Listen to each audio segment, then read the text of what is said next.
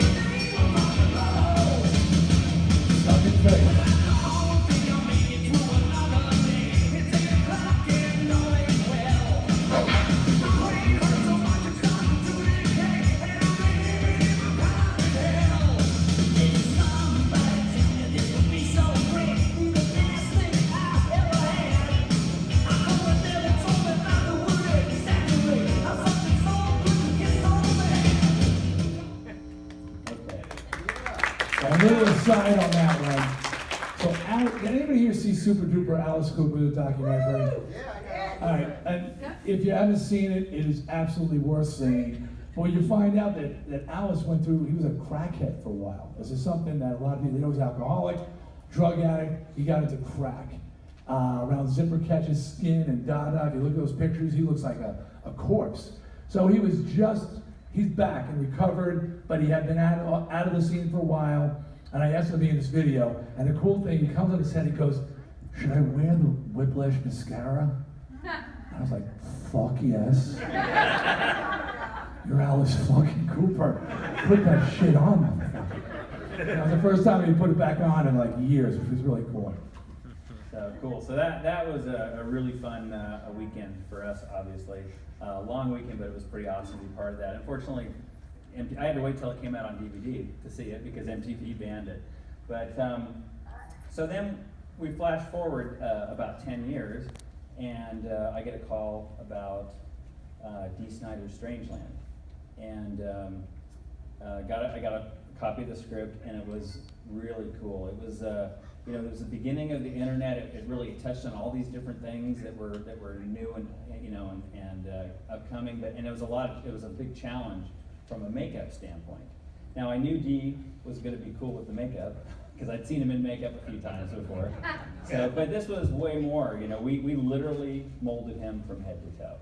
So unfortunately, I don't have all pictures from that. But I'm going to show you. This is kind of a little kind of sizzle reel of Strangeland if you haven't seen it.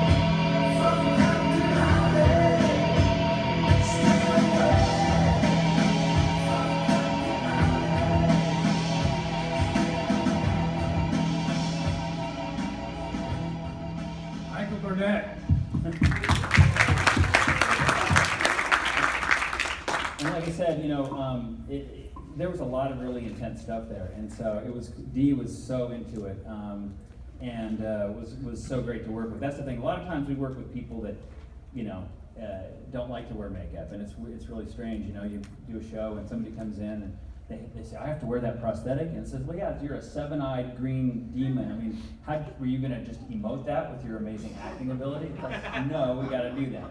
So to work with somebody who really enjoys, especially something like that. There's some more photos I've got to show you. It was a long process. That's Linda Cardellini, who was just an upcoming young actress at that point. And the toughest thing for her is that prosthetic. You remember this? Great girl. Linda's a lovely girl, but she and she had to have her mouth not sewn shut, but it was sealed shut. A lot like Deadpool in that awful Wolverine movie, but sealed shut, and she couldn't talk for hours. And when they opened up, she was like, "Oh my fucking God!" She had so much to say. Yeah, just went on and on. But and one of the cool things one of the things I like to in a movie is a challenge on how to create stuff. The challenge with this movie was to do it. We're doing flesh, and Dee had a whole bunch of scars and piercings, as well as one half of his body was pierced and scarred. The other side was fully tattooed. So and then we had these where people were getting their stitched. We were piercing skin. And back in those days, I don't know if anybody's into the makeup effects or watches like Face Off or anything, but foam latex is sort of the the tried and true that's been around since the 30s. But I didn't really want to use foam latex on this. Silicone wasn't quite there yet. We were starting to play around with it. Just so you guys know, foam latex is like a spongy, it's like those masks. You can buy them nowadays, they sell them. Silicone is more of an actual dense rubber that's translucent. It really looks like skin. You're seeing a lot of that being used now. But it's much tougher material, and we had to rip through skin. We had to pierce. Dee had a nipple. Had a nipple prosthetic that we pierced. Had piercings in his brow, and we actually pierced the silicone. It would have been tougher to do that. Pierced the prosthetic. It would have been tough to do that with silicone. So I went a little more old school. We used gelatin, which is a really cool material. It's very flesh-like. It's not like the gelatin that you like Jell-O. It's an industrial grade, but it's translucent. You can rip it. You can adjust the hardness. So it was really cool to experiment with that. I'm going to show you some of this stuff. So there's a prosthetic sculpture of one of the mouths being shut. That one's really tight, so it has We did a lot of different ones. That one's really tight, so you can see the piercing. I'm sorry, the threads are pressing into the flesh. And so here, this is Brent. You remember Brent? Yeah. He was a big dude. He was our guinea pig. So that's not his ear. That's a gelatin ear that's glued on. And that was, you can see we put a hole up in the top, and then he's got the gauge in there, and then he's wearing the prosthetic mouth that's sewn shut. There's a close-up of it. So that was one of the tests. A fun thing about this, we shot in Colorado Springs, and they were doing production there, and this is really early days of the internet. These are all shot, this is kind of pre-digital photos, but we would scan pictures and email them, and so it was kind of cool. It was kind of, felt like we were really, like really high tech. So The dial-up modem. yeah, exactly. Yeah, once it answered, it was all great. Yeah, so you can see that gauge and then that piercing one. So and then just some other shots of that. More shots of that. And goofing around shot of that. Okay. So another cool thing we got to do was that burn. If you remember at the end of that video, we did a full burn on Captain Howdy. Is that Michael Bolton? So that's a really big D. Snyder guy. So in that, we did a full burn. So we had to make a burn suit, and we had to make a Captain Howdy skin that fit over a burn suit, and the guy the stuntman was shorter than D. So it was really hard. It was very difficult to get it to not look, kind of weird. But he was going to be fully engulfed in flames, so we were hoping that would hide a good portion of it. So that's a giant D head that was sculpted over the flame hood. So it would look like D in the flames. Another cool, fun thing we did. But you know what happened? Remember the story? Remember what happened when we filmed that? Yeah, I do. Do you want to tell? No, go ahead. Okay, so we did all this burn. D did his part of it and had some flames on his legs, and then we're getting ready to go to the full engulfed burn. And he's got an air tank under this thing. I mean, he's like in almost like a scuba setup, and he's suspended by a cable. So they did everything. It was all, we had to be like super quiet. It was a really, I mean, it's life-threatening, this whole thing. So you have to be very careful. He's gelling up and putting on his suit and this whole thing. And I mean, it probably took 45 minutes to get all set up. And then they did the burn, and something happened. I don't remember exactly what, but he fell. The cable came down, and he bit through his mouthpiece. Didn't hurt himself, but he broke the mouthpiece. And it turned out he only had one mouthpiece.